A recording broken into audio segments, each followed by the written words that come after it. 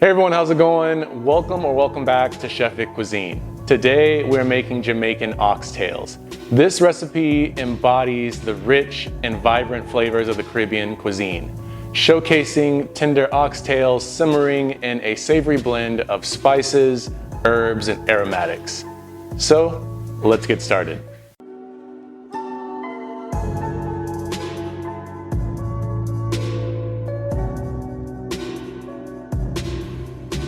So diving right into this recipe, in a large Dutch oven, we want to heat 1 tablespoon's worth of vegetable oil over medium heat, or 350 degrees Fahrenheit or 176 Celsius.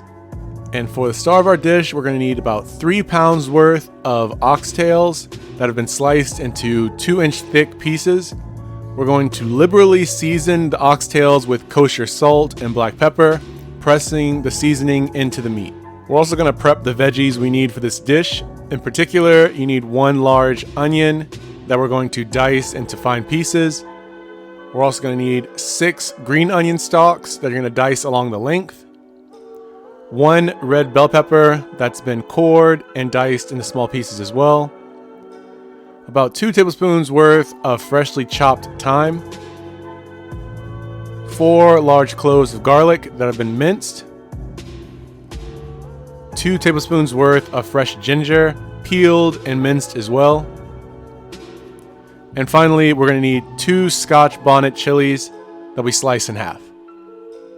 So now, working in batches that fit the bottom surface of your Dutch oven, we want to add in our oxtail a batch at a time and sear them on all sides until they become golden brown.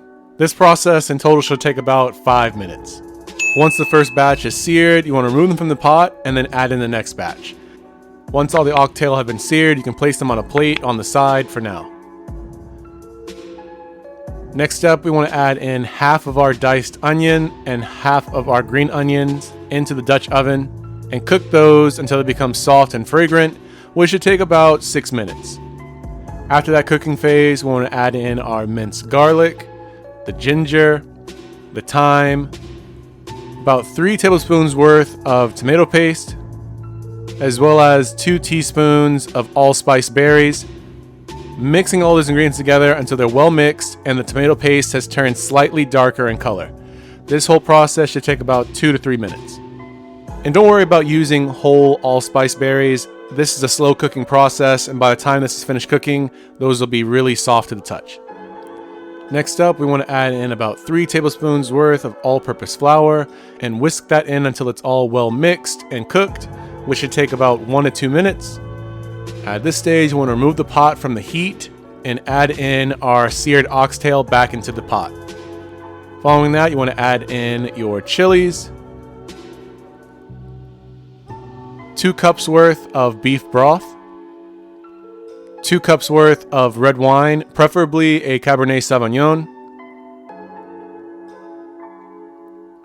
And once those are added, you want to give the pot a quick stir to combine the ingredients and return the pot back to the stovetop set over medium heat. We're going to cover this pot and allow this to cook for about 1 hour. Every 15 minutes, you want to remove the lid and skim away any fat that may float to the surface. Also making sure to stir the pot every 15 minutes as well.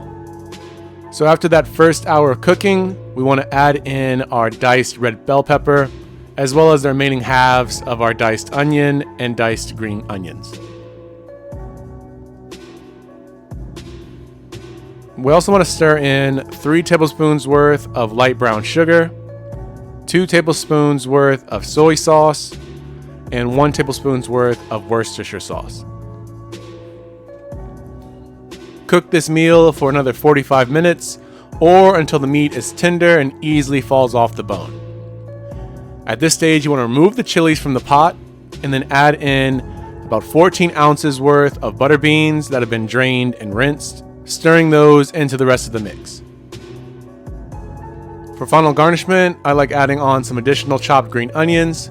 You can always transfer this to a serving bowl sitting on top of a bed of rice. And just like that, you've made Jamaican oxtails right at home. This recipe makes plenty of food, 8 large servings of the Jamaican oxtails. If you don't want it as spicy as this, if you don't want your meal as spicy as this one, try just using one Scotch bonnet chili instead. But when you do try this at home, be sure to tag me at Chef Vic Cuisine or hashtag Chef Vic Cuisine so I can see your great takes on this dish. As always, this recipe and many more can be found in my cookbook, Chef Vic Cuisine Volume 5, Mastering Your Inner Chef. And that's available on Amazon, and be sure to click the link on your screen for more information on that as well. Thank you all so much for watching. I really hope you enjoyed learning how to make Jamaican oxtails, and if you did, make sure you cook up that like button. It's one of the best ways to show support for the channel. And if you haven't done so already, make sure you hit that subscribe button too. And feel free to share this recipe with all your family and friends. And stay tuned for next week where I show you a really good side dish for football season, my mango salsa. This is really easy to make and packs so much flavor. Well, thank you all again so much for watching. I truly do appreciate it. You can always check out my recipes on my page now. YouTube thinks you'll like these videos, so let's see if they're right. And I'll catch you next time on another episode of Chef Vic Cuisine. And until then, peace.